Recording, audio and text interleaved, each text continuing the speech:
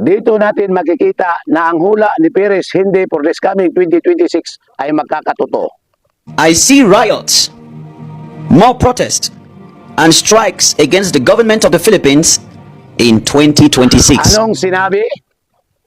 More protests, more strike, more riots. Ang tanong, bakit kaya? Ito ang kanyang sinabi.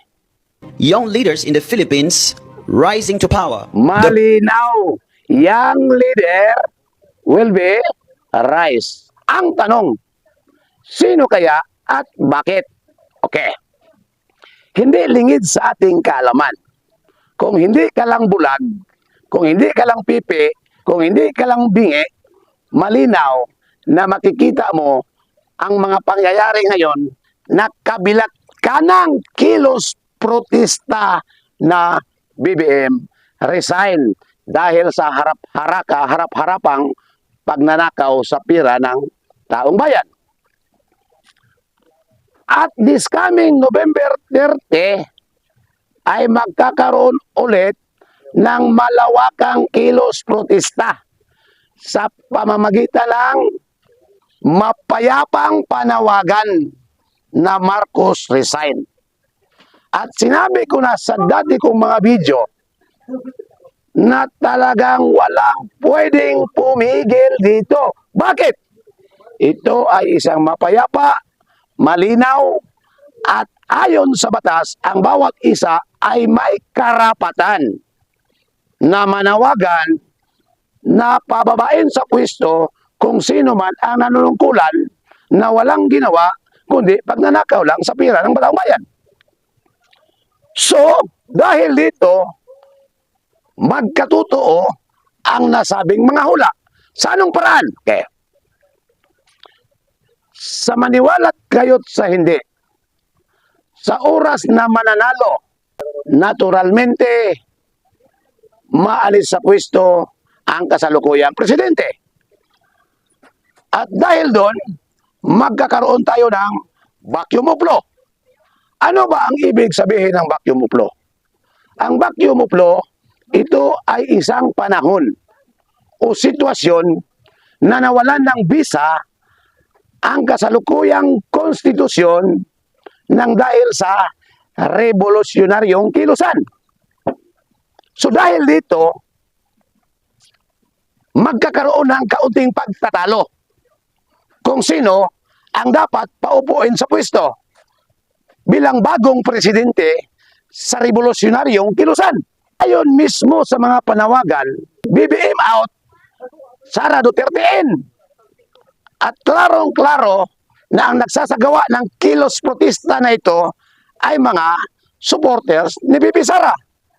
So, malinaw pa sa sikat ng araw na si Bibi Sara ang magiging presidente sa mga oras na yan.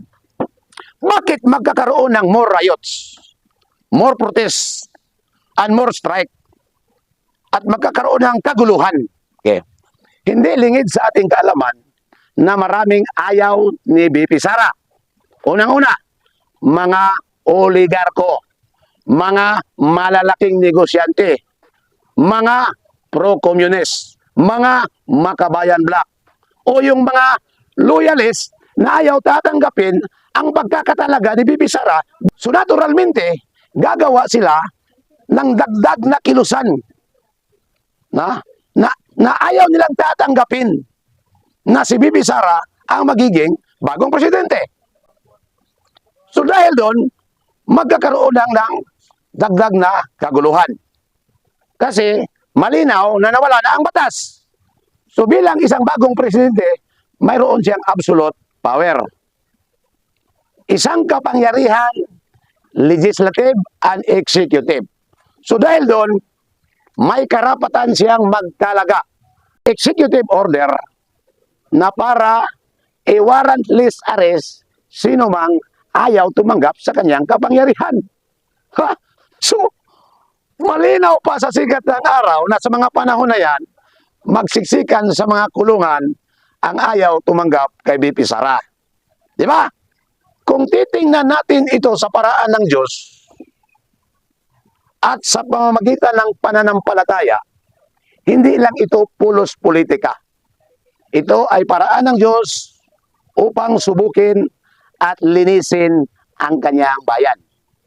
Ayon mismo sa Kawikaan 17:3, ang horno ay para sa pihak, ang pugon ay para sa ginto.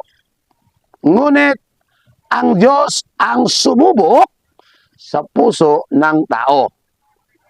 Ang mga krisis ay paraan ng Diyos upang sinusunog ang dumi, upang lumitaw ang tunay na ginto ng pananampalataya. Ayon naman sa Daniel 2:21, siya ang magbabago ng mga panahon at kapanahunan. Siya ang nag-aalis at naglalagay ng mga hari. Kaya kahit magulo tayo mga kasalagma, ang Diyos pa rin ang may hawak ng lahat ng kapangyarihan. Ang mga kaguluhan, protesta at mga pagbabago ay hindi dulo ng lahat. Ito ay pasimula ng muling pagbabango ng bansa, gaya ng Israel. Kung titingnan natin ang Israel, dumaan muna sila sa matinding kapighatian, patayan, doon sa disyerto, bago nila narating ang lupang pangako na ibinigay ng Diyos. Kaya itong mga pangyayari ngayon, parang tila ba nagbibigay sakit sa puso't damdamin ng bawat Pilipino. Ito ay isang paraan ng Diyos para sa tunay na pagbabago. Kaya sinabi ni Peresinde, third to last quarter of 2026 ay magkakaroon na tayo ng tunay sa pagbabago dahil ito ay nakatakda na ayon sa kanyang kagustuhan. Hanggang dito na lamang, ito yung kasama sa Kasalagma magsasabi, nothing is more accurate kaysa Salagma.